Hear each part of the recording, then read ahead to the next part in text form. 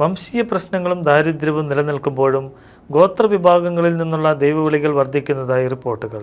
പ്രതിസന്ധികൾ അതിജീവിച്ച് പാപ്പുവ ന്യൂഗിനിയയിൽ സേവനം ചെയ്യുന്ന മിഷണറിമാരുടെ പ്രവർത്തനങ്ങളുടെ ഫലമാണ് വർദ്ധിച്ചു വരുന്ന ദൈവവിളികളെന്ന് വിലയിരുത്തപ്പെടുന്നു. അടുത്തു തന്നെ ഫ്രാൻസിസ് പാപ്പ തങ്ങളുടെ രാജ്യം സന്ദർശിക്കുന്നതിൻ്റെ സന്തോഷത്തിലാണ് പാപ്പുവ ന്യൂഗിനിയയിലെ വിശ്വാസി സമൂഹം. 2 ദിവസത്തെ പേപ്പൽ സന്ദർശനത്തിൽ മിഷണറിമാരുമായുള്ള കൂടിക്കാഴ്ചയും ക്രമീകരിച്ചിട്ടുണ്ട്. രാജ്യത്തെ 3 മൈനർ സെമിനാരികളും 2 പ്രിപ്പറേറ്ററി സെമിനാരികളും 4 വലിയ സെമിനാരികളും ഉണ്ട്.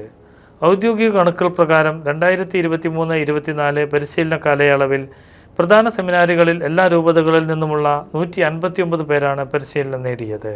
കഴിഞ്ഞ വർഷം ഇത് 100-ൽ താഴെ മാത്രമായിരുന്നു.